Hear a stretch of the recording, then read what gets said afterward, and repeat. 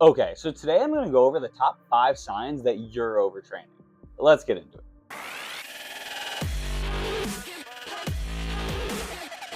Okay, so overtraining is honestly probably more common than you'd expect. Most people, I feel like, are more inclined to actually overtrain than undertrain.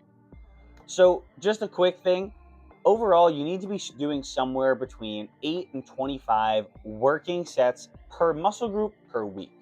So, quickly, that means 8 to 25 working sets. Those are sets where you're actually pushing yourself of biceps, triceps, shoulders, chest, back, legs, or quads and hamstrings specifically.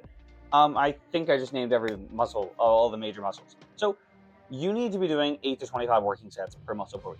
So now let's get into the talk about overtraining. So what are the signs that you actually are overtraining? So the first one is that your lifts just aren't improving. So like it's been a month and a half and you haven't made any progress. You're not able to progressively overload. And if anything, maybe some of your lifts are even decreasing.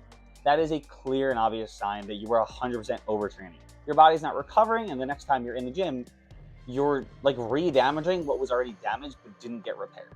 So if you're noticing that, I would 100% recommend you either lower volume or maybe cut out some exercises. It just really depends on what your training looks like at the time to know what you actually need to cut out.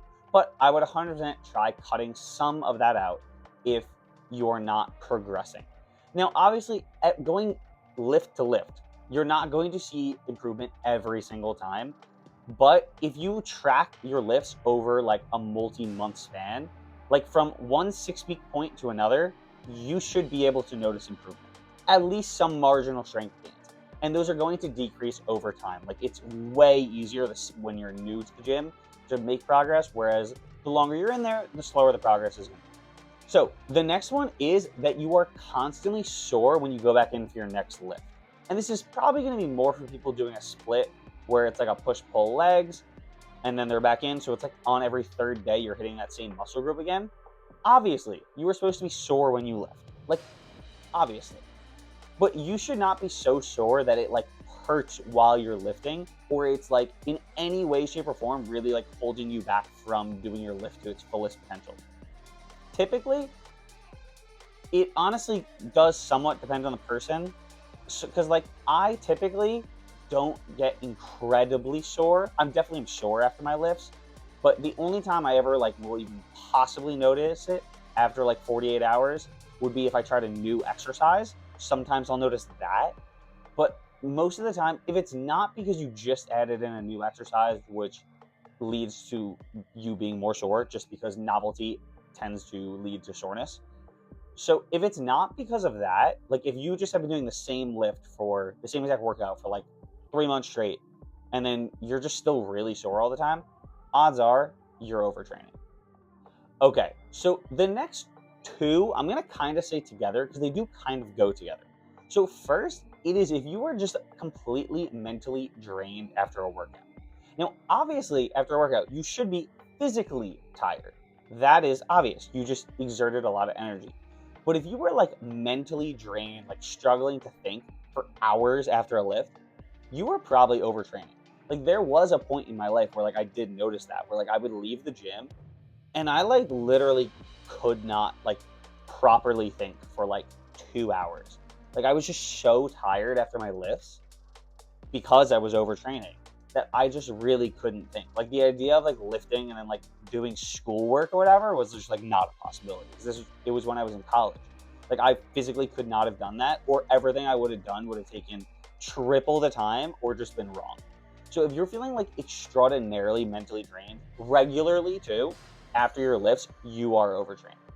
I will say the regularly part for honestly like all of these is kind of important. Obviously, every once in a while you're gonna have probably one of these pop up, but like it's not, if it's not like a regular thing, it's probably not an issue. Maybe it is, I don't know, but it's probably not. So the one that goes with that is if you're getting bad sleep. If you're getting consistent bad sleep, there is a chance that that is due to you overtraining. So that one is a little tricky because with sleep, there's so many different things that could cause you to be having bad sleep. So I don't want to immediately tell you that if you have bad sleep, 100% it's because you're overtraining, but there is like a correlation there, and there definitely can be a causation there. So I would say with that one, just really assess what's going on in your life and see if it could be something else that's causing your bad sleep. But if it's not, then there is genuinely a chance that you are overtraining and it's causing your bad sleep. So with that one, just be a little cautious and really put some thought into it. Because if you've been really stressed at work or at school for like a week and a half and you happen to have bad sleep for a week and a half, you're probably not overtraining. It's probably not. So just really think about that one a little bit. Okay. And the last one is that you constantly have like small nagging injuries, which this also is one where this could entirely be due to form, but in a sense that is a form of overtraining. I would more consider it like inadequate training. But if you constantly, like 24/7, have a bunch of nagging injuries, like one will pop up, then the second it goes away after a couple weeks, another one pops up, like things like that, the odds are you're overtraining in the sense of you're overexerting in the gym on exercises that you can't probably do the weight that you're putting up. Because what you're probably doing is you're compensating and having smaller muscles and joints move the weight rather than doing it in the proper way. I feel like with a lot of people, this manifests in shoulder injuries or knee injuries, which are things that I've totally dealt with. Like, this is something that is just going to happen inevitably too, but it is something to think about that, like, if it's constantly happening, and especially I feel like if it's more of those acute short-term injuries, there's a chance that you're over exerting yourself and you probably need to lessen the weight you're using and really have good form. So in my head, that's a form of overtraining, but I guess some people might not think it is. Um, but those are the 5 main ways and signs that will show you that you're overtraining. So if you're noticing any of these, I would really think about it, because I will say, like, with overtraining, sometimes you might not be overtraining. It could just be something else in your life. But if you are noticing any of these signs, I would say just really think through your training plan and everything, and maybe try for a month lowering your volume, seeing how it feels, and go from there. Adjust, adapt, use this information to help you kind of hopefully start feeling a little better. All right.